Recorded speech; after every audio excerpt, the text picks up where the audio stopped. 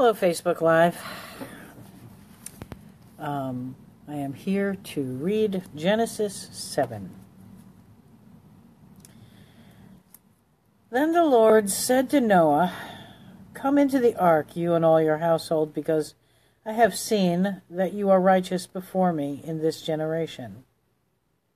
You shall take with you 7 each of every clean animal," which is kind of interesting, because in the previous chapter it said 2 each, but apparently it's set. I mean, that's interesting on 2 levels. One is, you shall take with you 7 each of every clean animal, male and female, 2 each of animals that are unclean, male and female. I need to say that, isn't it interesting that apparently they already knew what was clean and unclean? That's better. Well before the laws, the Levitical laws had been passed out at Mount Sinai, where it specifically lays out what's clean and what's not clean. I also want to say this. There's this an aura of that to be unclean is kind of gross. That is not exactly what this is talking about. A dog is unclean. That doesn't mean that you cannot have it be your best friend, and that occasionally it sleeps with you or something like that. What it means is you don't eat them. Don't eat the dog. If it's unclean, don't eat it. Okay? It's about food. It's not about rejecting it because it's somehow evil. That's what I'm looking for. Unclean does not mean evil. It means don't eat it. It's not good for you to eat.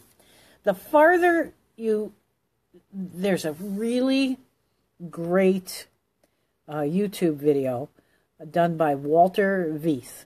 That's V as in Victor, E-I-T-H, where he goes over the whole clean and unclean thing from the perspective of biology. I think the guy was some kind of scientist, and can explain the differences between what he goes into. For example, rabbits. One would think that rabbits are okay to eat, except that rabbits actually eat their own poop.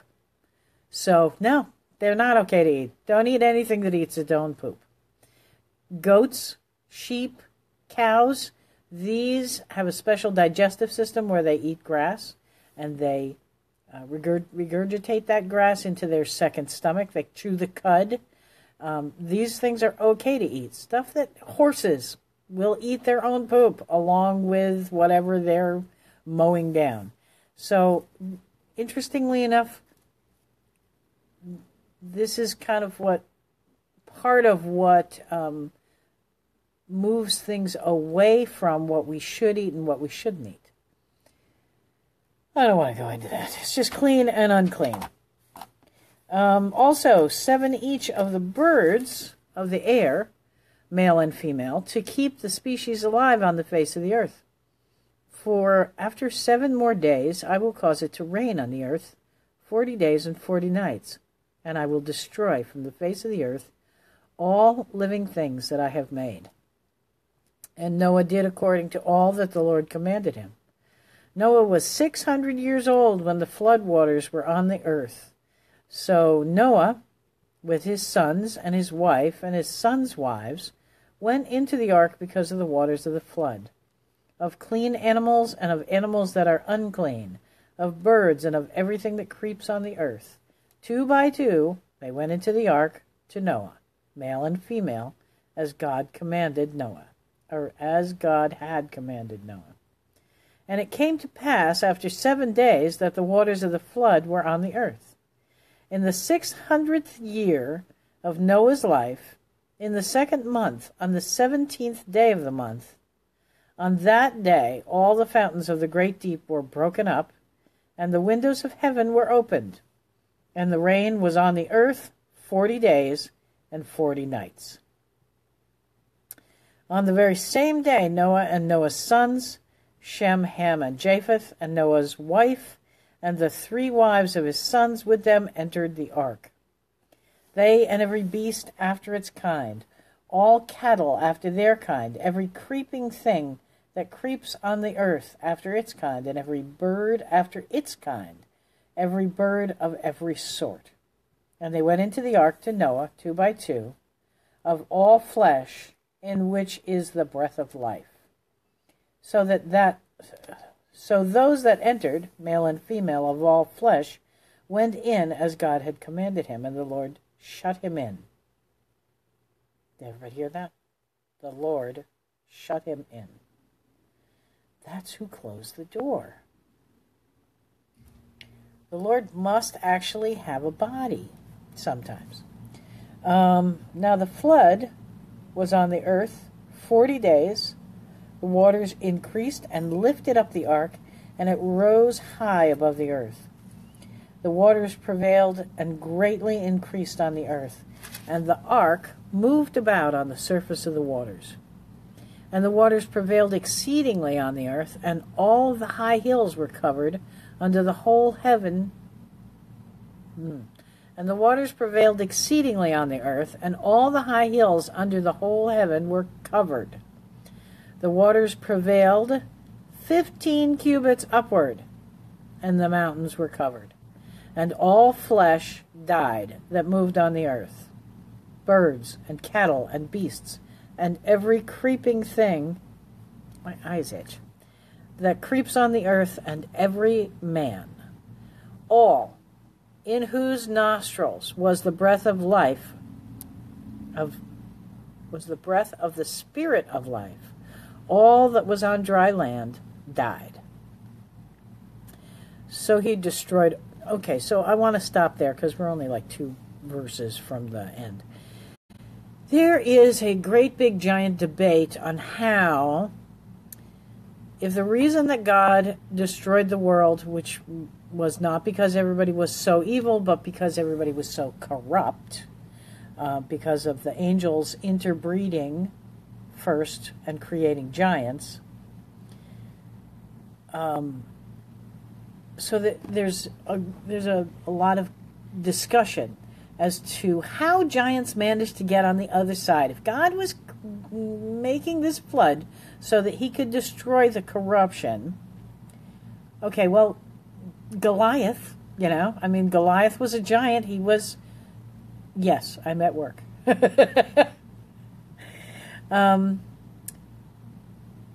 So I read this book that came out recently by Alexander Lawrence called Leviathan's Ruse. Oh, misty eye. No, I'm having a crash and burn. And he proposed that what he proposed was there's this idea that somehow when a child is born, there's this flash of bing, a new spirit is created or something like that. But nobody really knows, And he proposed that if when you read Scripture, when God created Adam, he breathed his spirit into him. When he created Eve, there's no mention of him breathing a spirit into Eve. So where did she get her spirit from? Well, we know that Eve was taken out of Adam, so apparently she got her spirit from Adam. So what he proposed, what Lawrence proposed, was that people get their spirits from their father. They get DNA, a genetic material from their mothers, but the spirit comes from the father, which really kind of made sense to me when I started thinking about it, because if angels came down and interbred with human women, well, these giants were getting their spirits from their fathers, which were fallen angels, which would make them probably as evil as their fathers. So now we get to the flood and the ark, and it point blank says, all is all in whose nostrils was the breath of the Spirit of life, all that was on dry land died. So one theory, hypothesis, for how the giants managed to get on the other side of the flood was, there was a giant that like clung to the outside of the ark. I don't think so.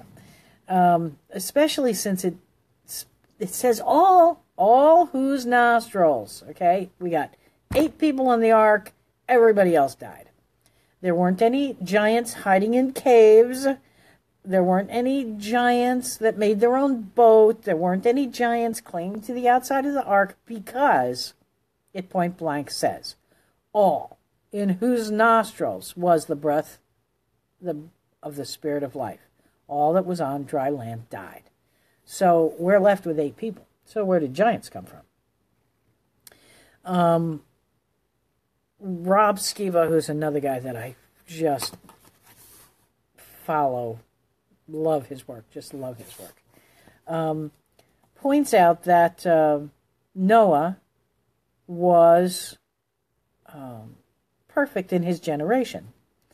And I believe that his wife was also very closely related to him, and so his sons were perfect, probably perfect in their generation. But, what's it say? That the 3 wives, there's no guarantee that the 3 wives were genetically pure. They may have been carrying some Nephilim DNA, some of the giant DNA. But if the spirit comes from the father, then any children born to those 3 boys, even if their mother was carrying Nephilim DNA, their spirits would have been pure human. That means that Goliath, while he might have been a giant, had a human spirit and was entirely, what is the word I'm looking for? Redeemable. Just like we're redeemable. Goliath was redeemable. They say, and I have to find the verse, but it talks about the fact that there was the downfall of the giants after the flood was their pride. They were, they just thought they were hot stuff. Anyway, not that they were carrying the evil Nephilim spirits that their predecessors had carried. All right, so next verse.